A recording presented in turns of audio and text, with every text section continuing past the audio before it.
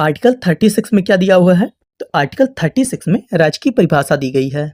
इसमें राज्य की वही परिभाषा दी गई है जो कि फंडामेंटल राइट्स मूल या मौलिक अधिकार के आर्टिकल 12 में दी गई है। आर्टिकल 37 में क्या दिया हुआ है? न्यायालय से इसके बचाव की चर्चा की गई है। अर्थात इस डीपीएसपी में निहित किसी भी आर्टिकल्स के लिए हम न्यायालय नहीं जा सकते। अब आर्टिकल 38, 39 और 39A को एक साथ देखते हैं।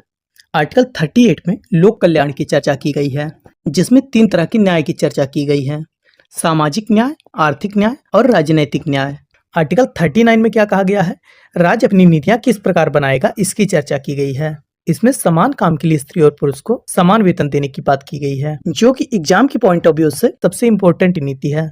और आर्टिकल 39A में निःशुल्क विधिक सहायता की बात की गई है कि अगर हमारे पास पैसे ना हो तो हम निःशुल्क कानूनी सहायता ले सकते हैं। अब आर्टिकल 40 में ग्राम पंचायतों के गठन की चर्चा की गई है। अब आर्टिकल 41, 42 और 43 को एक साथ देखते हैं।